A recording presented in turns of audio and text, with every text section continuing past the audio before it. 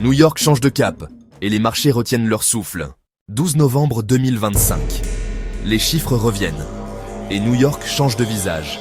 Le marché pensait avoir tout vu, mais une nouvelle pièce vient d'être posée sur l'échiquier. À New York, un nouveau chapitre s'ouvre. Zohran Mamdani, fraîchement élu, arrive avec un programme radical. Taxer les millionnaires, geler les loyers, rendre la garde d'enfants gratuite, et même supprimer les frais de bus. Des mesures populaires, mais explosives pour les entreprises et les investisseurs.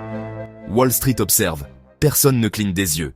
Car pendant que New York se transforme, les marchés mondiaux digèrent encore la fin annoncée du shutdown américain. Les données économiques s'apprêtent enfin à réapparaître. Inflation, chômage, ventes, tout ce qui manquait depuis des semaines. Mais cette visibilité retrouvée s'accompagne d'un nouveau brouillard politique. En Europe, les actions montent, le STOXX 600 progresse, les banques brillent, les investisseurs soufflent. Aux États-Unis, le Dow Jones atteint un nouveau sommet, pendant que le Nasdaq recule. La rotation commence. Take-out, valeur solide, in. Un marché qui avance, mais pas au hasard. Les mesures du nouveau gouvernement à New York frappent fort. Gels de loyer, fiscalité accrue, transport presque gratuit et 200 000 nouveaux logements abordables. Pour certains, c'est un souffle social.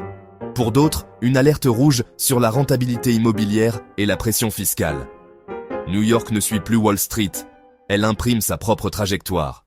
Pendant ce temps, sur les marchés, le dollar s'affaiblit. Les rendements obligataires reculent. Les investisseurs parinent déjà sur une baisse des taux de la Fed en décembre. Et l'or reste accroché. Si le marché respire, personne n'a rangé son bouclier. Chez ICA, la lecture est claire. Profiter de la reprise, mais filtrer. Ne pas se précipiter sur la tech en baisse. Favoriser les secteurs solides, finance, santé, infrastructure. Rester couvert. Et surveiller de près la transition new-yorkaise. Ses effets sur l'immobilier, sur les grandes entreprises et sur la psychologie du marché. Les cryptos respirent, oui. Mais ce n'est pas un bull run, c'est un test. Une reprise légère dans un climat où rien n'est encore stable. Le marché avance, New York change.